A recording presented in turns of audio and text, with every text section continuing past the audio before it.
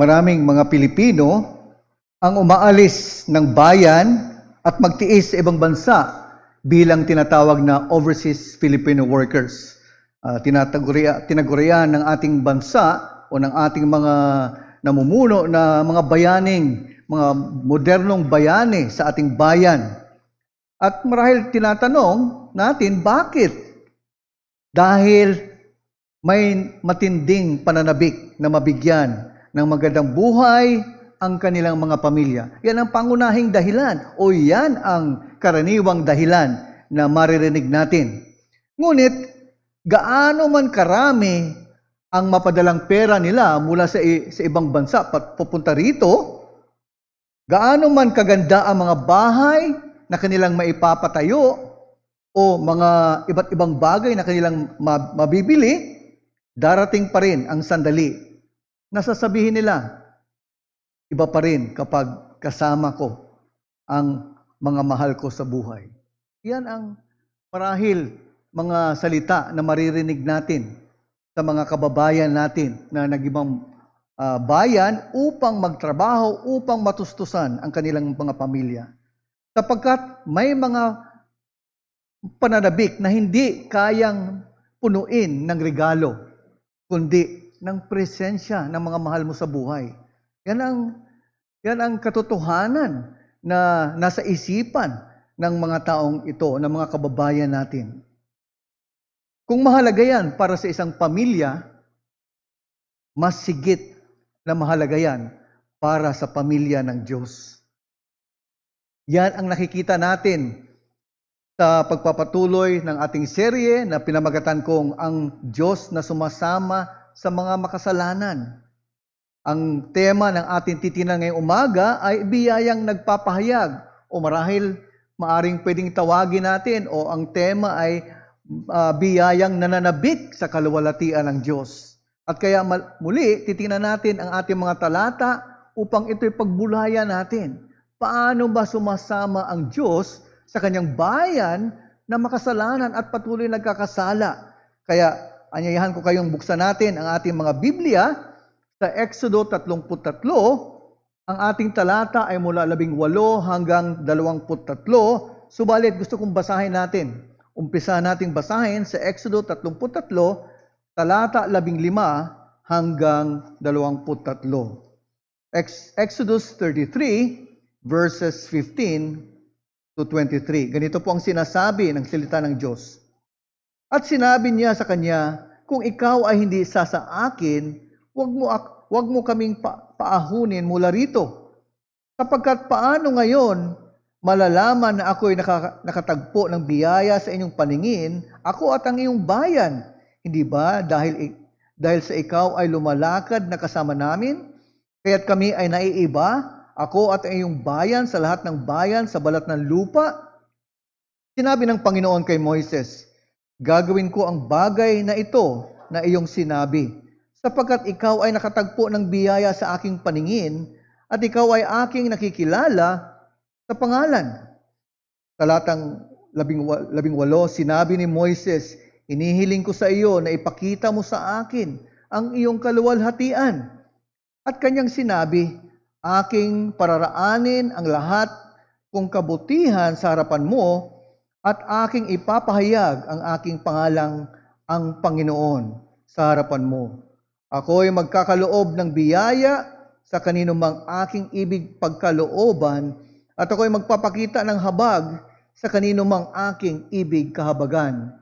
Ngunit kanyang sinabi, hindi mo maaaring makita ang aking mukha, sapagkat hindi ako maaaring makita ng tao at siya'y mabubuhay. At sinabi ng Panginoon, masdan mo, may isang dako sa tabi ko, at ikaw ay tatayo sa ibabaw ng bato. At samantalang ang aking kaluwalhatian ay dumaraan, aking ilalagay ka sa isang bitak ng bato at tatakpan kita ng aking kamay hanggang sa ako'y makaraan. Pagkatapos, aking aalisin ang aking kamay at iyong makikita ang aking likod, subalit ang aking mukha ay hindi makikita. Yan po ang dalisay at makapangyarihang salita ng ating Panginoon. Gusto ko lang ipaalala sa atin na sa Kabanata 32, kung saan ang konteksto ng konteksto ng ating pinagbubulayan ng mga talata ay naroon, nagtaksil ang Israel sa pamamagitan ng pagsamba ng gintong guya. Ito yung pagkahulog ng kasalanan ng bayan ng Israel sa panahon na ito. Karapat-dapat silang hatulan at iwanan ng Diyos, ngunit sa Kabanata 33, namagitan si Moises. At sa biyaya ng Diyos ay pinanumbalik ng Diyos ang kanyang pabor at ipinangako pa niya na sasama siya sa kanyang bayan. Kaya yung unang mensahe yung tininan natin is grace brings sinners near. O nag-aanyaya ang Diyos sa makasalanan. Ngunit, pagkatapos nito ay ipinahayag niya ang kanyang presensya sa kanyang bayan sa pamamagitan ng pagbubukod nito. Kaya yung ating pangalawang mensahe, ang tinanong natin ay grace sets apart God's people. O ibinukod ng Diyos ang kanyang bayan mula sa ibang mga bayan o mga bansa na nakapaligid sa Israel. Sa ating talatang binasa, sa 18 hanggang 23, makikita natin ang biyayang tunay na nararanasan ay hindi lumikha ng espiritual na pagiging kontento.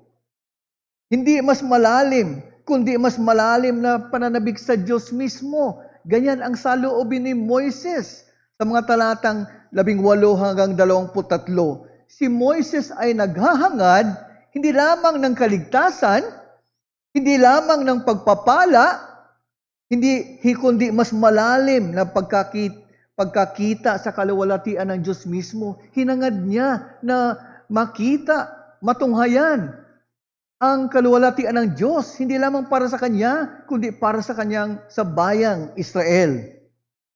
Ang pinakamataas na pagpapala ng kaligtasan ay hindi lamang kapatawaran, mga kapatid.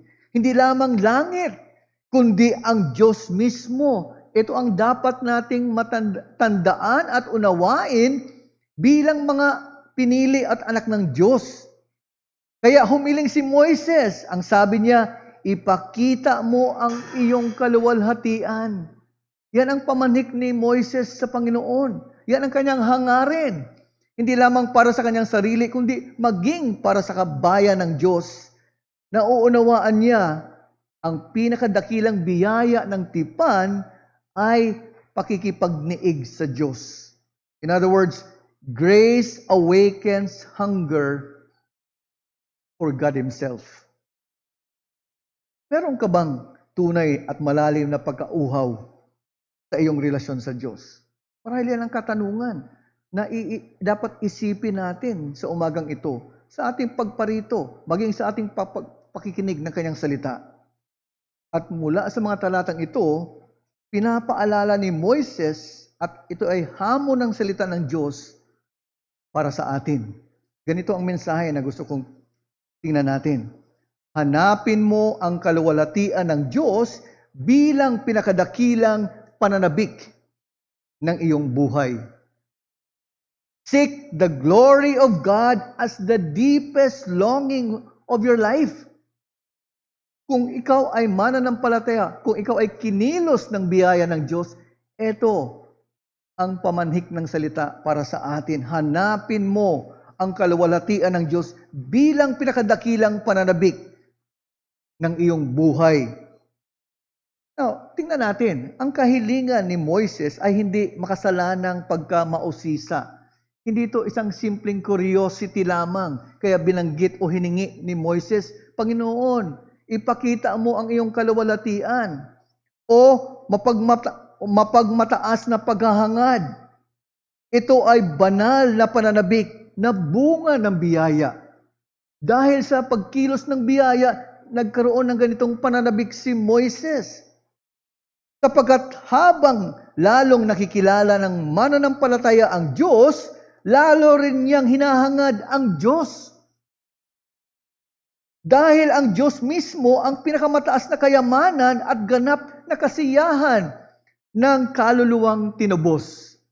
Kaya dalawang implikasyon o o marahil prinsipyo na dapat unawain natin mula sa ating talatang binasa. Una, ang biyaya ay gumigising ng malalim na pananabik.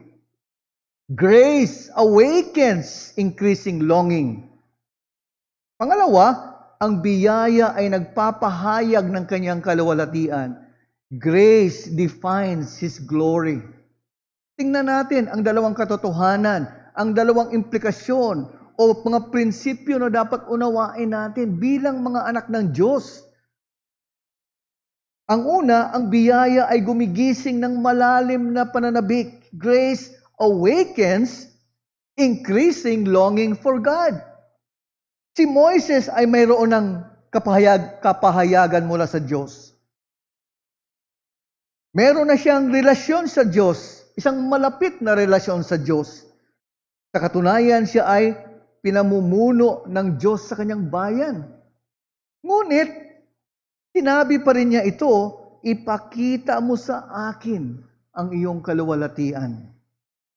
Ang tanong, marahil sa isipan mo at isipan ko ay, bakit niya nasabi ito? Ang ibig sabihin, ang tunay na biyaya ay hindi nagbubunga ng espiritual na pagiging kontento sa mababaw na antas. Sa halip, lalo nitong pinapalalim ang pananabik sa Diyos. So ito ay nagtuturo sa atin, ang biyaya ay gumigising ng malalim na pananabik sa mas malapit na pakikipagniig sa Diyos. Grace awakens an increasing hunger, or you may say longing, for deeper communion with God. Ito yung bunga ng pagkilos ng biyaya. Ang tunay na pagbabagong loob ay hindi lamang binabago ang kilos ng tao, kundi pati ang kanyang mga pagnanasa at pagmamahal. Ang pusong binubuhay ng biyaya ay unti-unting nauuhaw sa kagandahan ng Diyos, naghahangad ng kanyang presensya, at higit sa lahat, nananabik sa kanyang kaluwalhatian. Ito ang madalas idiin ni Jonathan Edwards nung sinabi niya, ang tunay na relihiyon ay pangunahing nakikita sa banal na pagmamahal at pagnanasa sa puso. Ang ibig niyang sabihin, ang tunay na biyaya ay lumikha ng spiritual na gana. May paggana, kasiyahan sa Diyos at pananabik sa pakikipagniig sa Kanya. Dahil ito ay hindi isang emosyon. Ito ay hindi bunga ng emosyon na nagtutulak, kundi tunay na pananabik sa puso. Dahil sa pagkilos ng biyaya sa puso ng isang makasalanan. Buhat sa isang puso na nakakilala ng dakilang biyaya at pagpapalang nakamtan dahil sa pag-ibig ng Diyos. Inibig ka sa kabila ng ikaw ay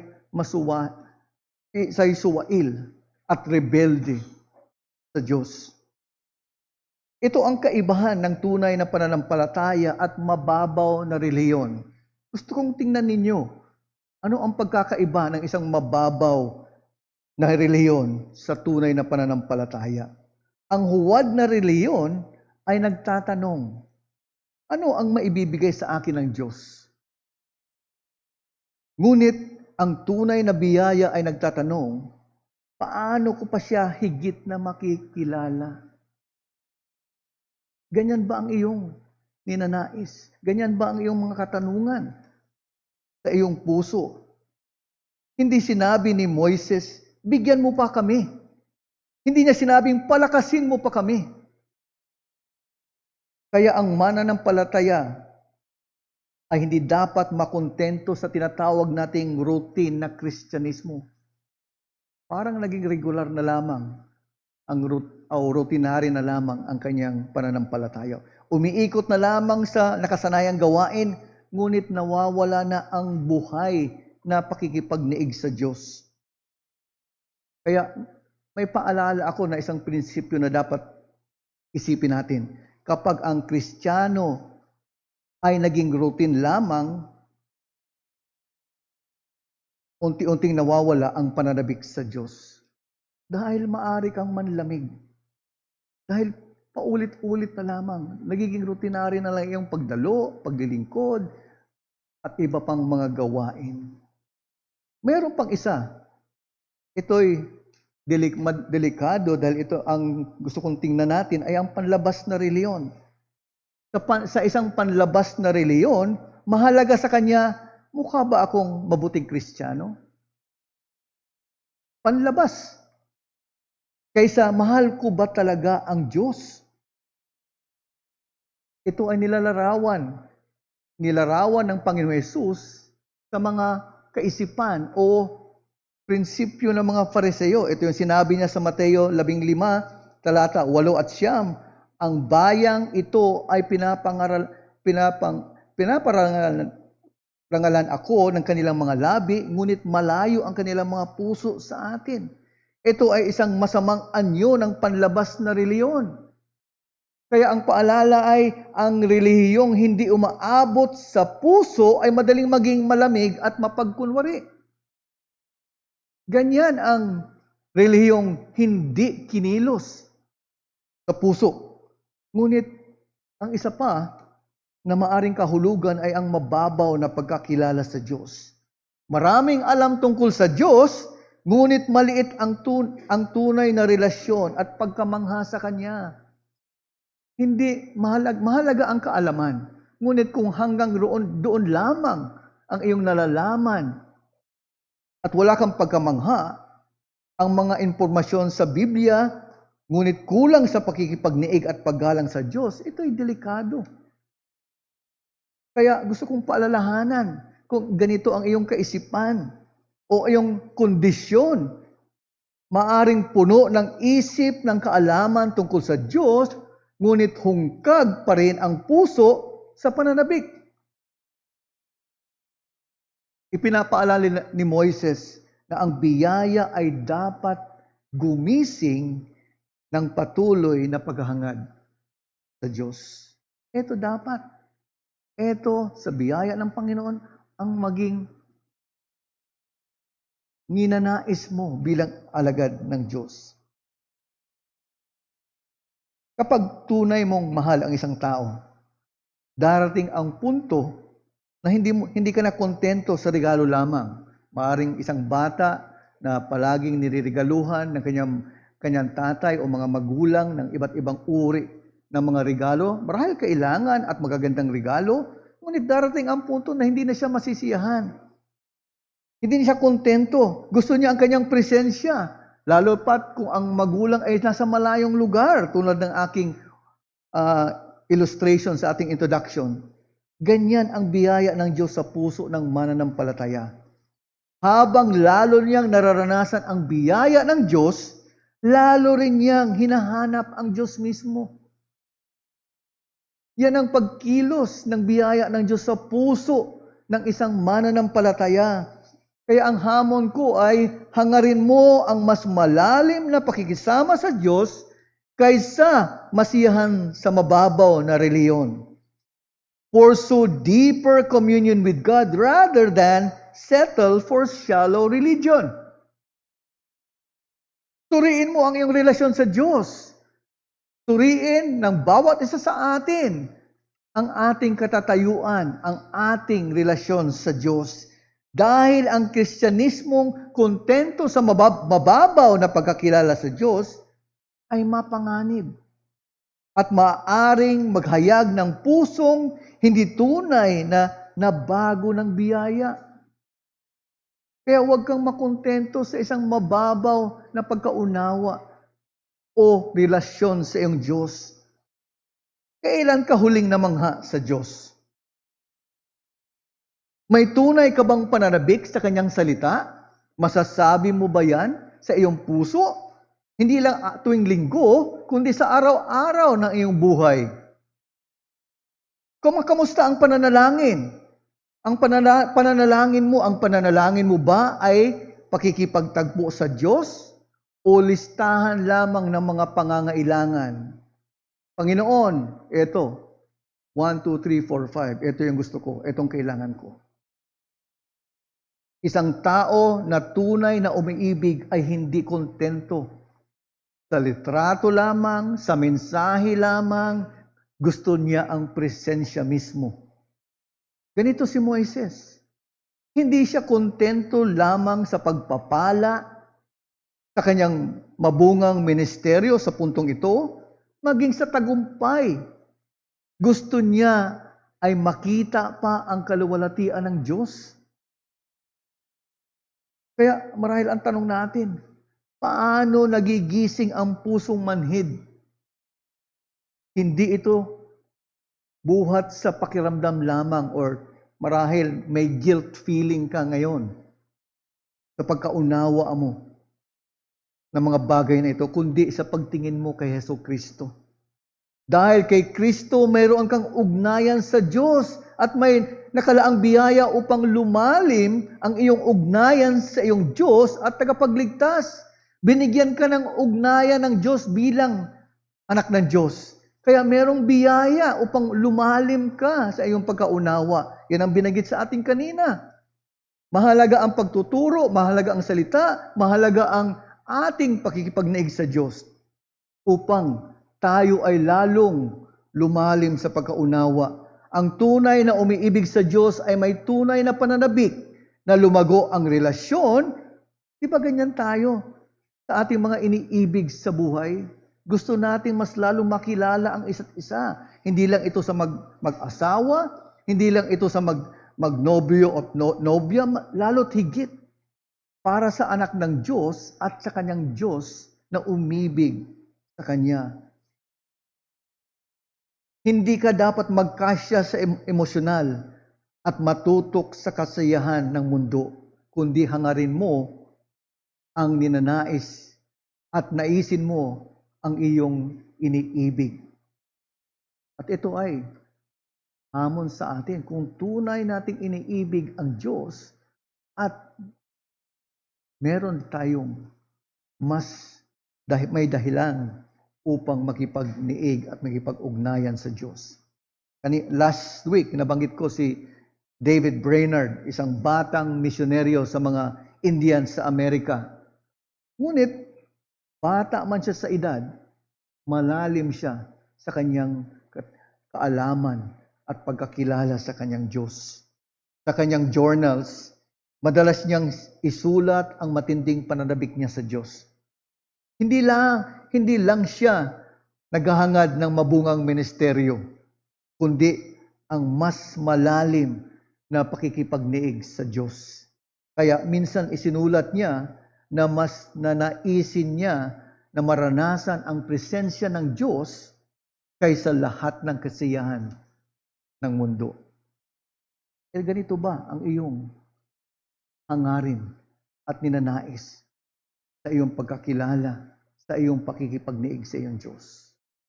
Ito ay paalala at hamon sa bawat isa sa atin. Ngunit pangalawa, ang biyaya ay nagpapahayag ng kanyang kaluwalhatian.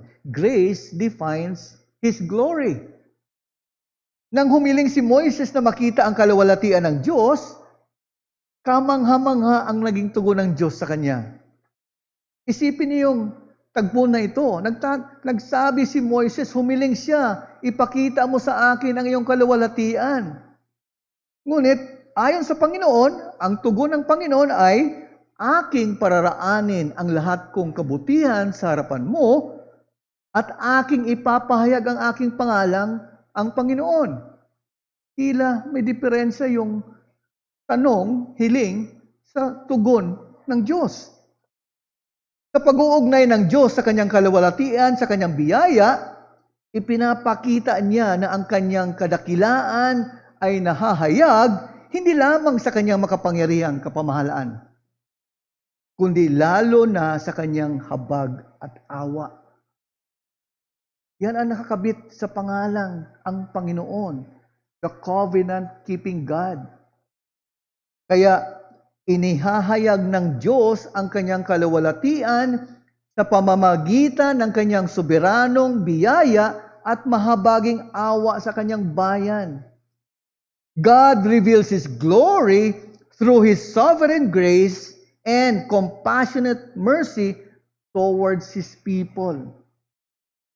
Nakakabit ang kanyang kalawalatian sa kanyang ipinagkaloob sa kanyang bayan. Hindi nakikipagbiruan ang Diyos kay Moises sa kanyang tugon sa katanungan ni Moises o sa hiling ni Moises. Ang sinasabi ng Panginoon, kung nauunawaan mo ang aking pangalan, nakita mo na ang aking kaluwalhatian.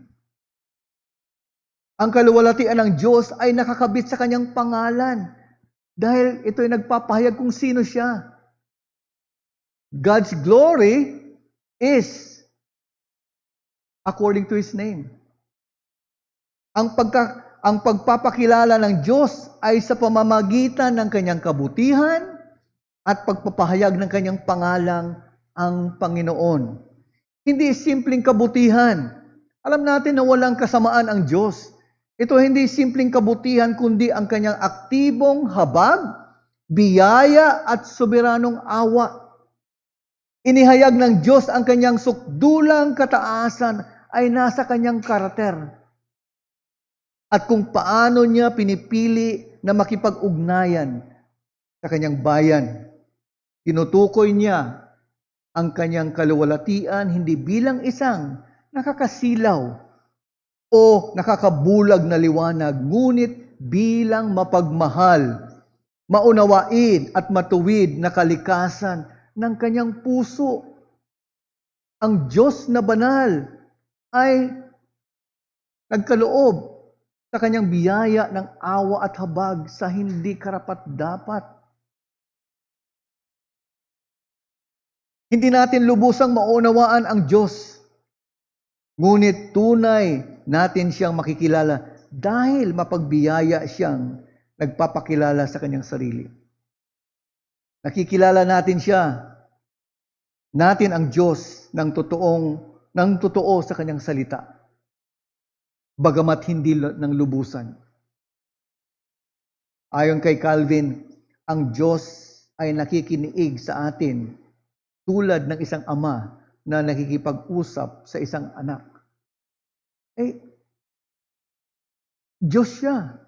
Ngunit nakikipag-ugnayan siya sa kanyang mga minahal at inibig na mga makasalanan tulad ng isang ama sa anak. Ayon sa ating mga kahinaan. Hindi maaring makita ni Moises ang kaluwalhatian ng Diyos dahil siya ay hindi mabubuhay. Bilang makasalanan at limitado, hindi siya nakakaharap sa banal at perpektong Diyos at mabubuhay. Walang makakaya. Kaya sinabi ni Augustine, no one living in this life can see Him as fully as He is. Ang makasalanan ay hindi maaring humarap sa perpektong Diyos. Kaya ayon sa isang theologian, yung pinakita ng Diyos ang likod niya, the after effects of the Lord's presence was shown to Moses.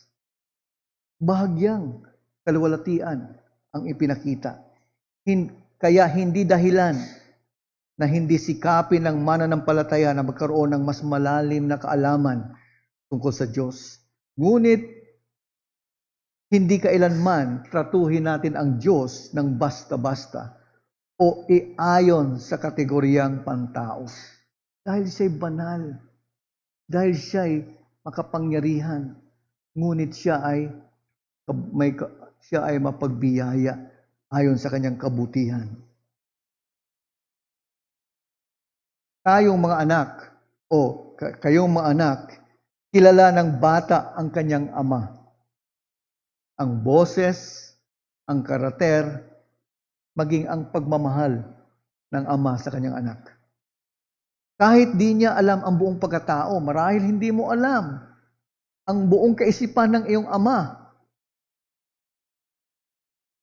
Ngunit sa gayong paraan, kilala ng Kristiyano ang Diyos. Kahit di lubusan. Hindi natin lubusang makikilala ang Diyos dahil siya ay perpekto. He is infinite and we are finite creatures. Subalit ito'y gusto kong hamon sa bawat isa sa atin. Hanapin Hanapin ang kaluwalhatian ng Diyos ng may pagpapakumbaba at pagsuko, hindi ng may mapagmataas na pag-angkin. Seek God's glory with humble submission, not by proud demand. Tanging likuran lang ng Diyos ang nakita ni Moises. Sa katunayan, kailangang itayo si Moises sa ibabaw ng isang bato. Yun ang ating binasang talata.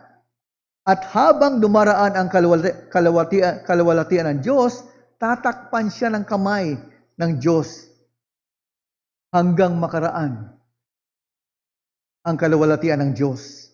Kaya't sa pag-alis ng kamay ng Panginoon, saka lamang niya nakita. Saka lamang nakita ni Moises ang likod nito, hindi ang kanyang muka. Subalit, sa Ebanghelyo, dahil sa Ebanghelyo, ang kaluwalhatian ng Diyos ay nahayag na kay Kristo. Sa mukha ni Kristo, nakita natin ang kaluwalhatian ng Diyos na hinahangad ni Moises. Ito yung sabi ni Pablo sa 2 Korinto 4, talatang 6. Sapagkat ang Diyos ang nagsabi, magniningning ang ilaw sa kadiliman. Siyang tumatanglaw sa aming mga puso upang magbigay liwanag sa pagkakilala sa kaluwalhatian ng Diyos sa mukha ni Hesukristo. Yun ang ipinahayag ni Pablo dahil sa Ebanghelyo. Inihayag ni Pablo ang mga sukdulang kasagutan sa hangarin ni Moises na makita ang kaluwalhatian ng Diyos ay matatagpuan lamang kay Hesukristo. Habang si Moises ay nakakita lamang ng kumukupas at natatakpang larawan ng bundok ng Sinai, ang Kristiyano naman ay nakakakita ng ganap, lantad at walang hanggang kaluwalhatian ng Diyos na nagniningning sa mukha ni Kristo. Kaya ito'y nagtuturo na ang kaluwalhatian ng Diyos dahil kay Kristo ay isang pagpaalala at pamanik sa isang makasalanan na magpakumbaba sa biyayang alok ng kaligtasan. Hindi pagmamataas na tungkulin na Diyos na iligtas siya. Ito ang pamanhik. Dahil sa biyayang ipinagkaloob kay Moises at ngayon dahil kay Kristo, merong inaalok na pagpapala ng kaligtasan.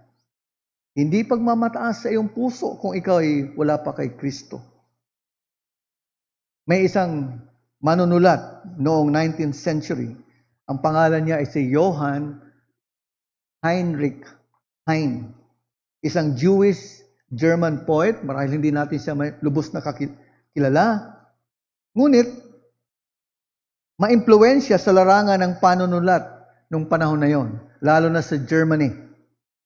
At dahil sa kanyang progresibong pampulitikang sulatin, ito ay humantong sa kanyang pagtatapon sa Paris o Paris. He was exiled in France dahil sa kanyang mga sinusulat. At siya ay namatay noong 1856.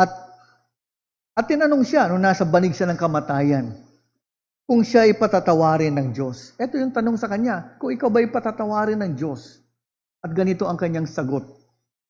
Of course, God will forgive me. That's His job. Hindi maaring mapangahas ang isang makasalanan sa biyaya ng Diyos, kundi tumugon ka ng may pagpapakumbaba at pagsuko, hindi mapagmataas na pag-angkin. At yan ang pamanhik ng pulpitong ito na ikaw na wala pang Kristo sa iyong buhay, lumapit ka sa Panginoong Hesus. Inaalok niya ang biyaya ng kaligtasan para sa iyo na hindi karapat-dapat. Yan ang nasilayan, naranasan ng Israel. At ito rin ay iyong mararanasan sa iyong pagtugon sa pagpapakumbaba at pagtalima sa paalala ng kaligtasan. Ngunit para sa isang mga binayayaan ng Diyos, ito ay dapat magbigay sa atin o dalhin tayo sa isang pusong nagpapasalamat dahil tayo'y pinagkalooban ng biyaya at dahil sa biyayang ito, pagsamba ang marapat na tugon na isang pinatawad. Hinahangad mo ba ang kaluwalhatian ng Diyos higit sa iyong mga personal na hangarin? O saloobin?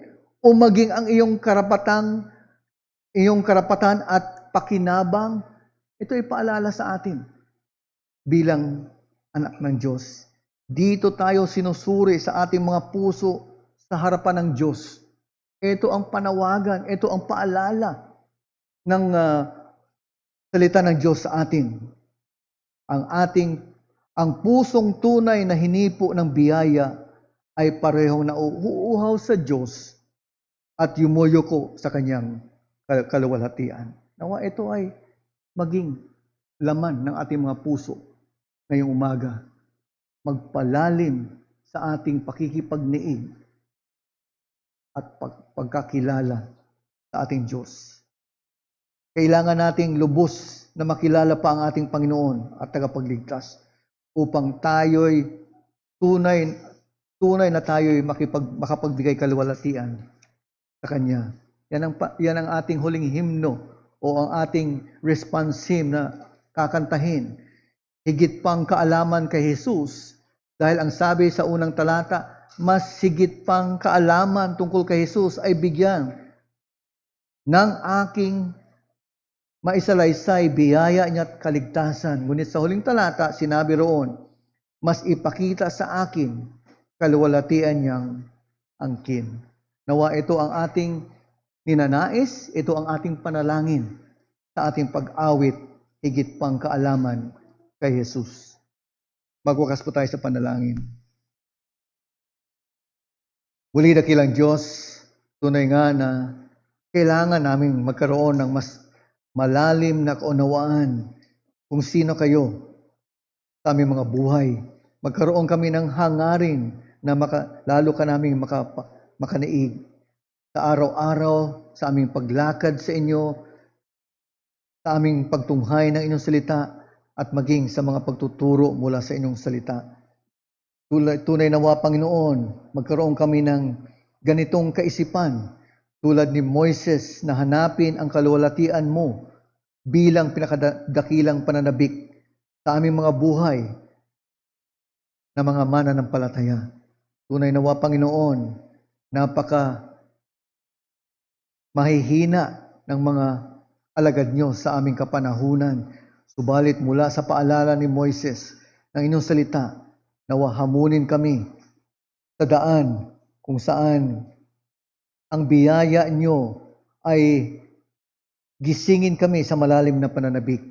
At ang biyaya nyo ay tunay na maging pagpapahayag ng inyong kaluwalhatian sa pamamagitan ng inyong mga katangian, ng inyong kung sino kayo sa inyong pangalan. Tunay nawa, Panginoon, hinihiling namin na kayo'y kumilos maging sa aming mga bisita sa aming kalagitnaan. Kung meron mang hindi pa kumikilala sa Panginoong Hesus, kumilos po kayo sa kanilang mga puso upang matunghayan nila ang dakilang pagpapala ng kaligtasan. At para sa inyong mga hinirang, sa inyong mga kinilos ng biyaya, tunay nawa, Panginoon, na magkaroon kami ng hangaring kilalanin kayo, lumalim sa pagkaunawa upang kami ay tunay na maging mabungang mga lingkod at mabuting patotoo sa Ebanghelyo ng Panginoong Hesus. Salamat, O Diyos, sa mga katotohanan ito, sapagkat ito'y dalangin namin at hiling sa pangalan ng aming Panginoong Hesus. Amen.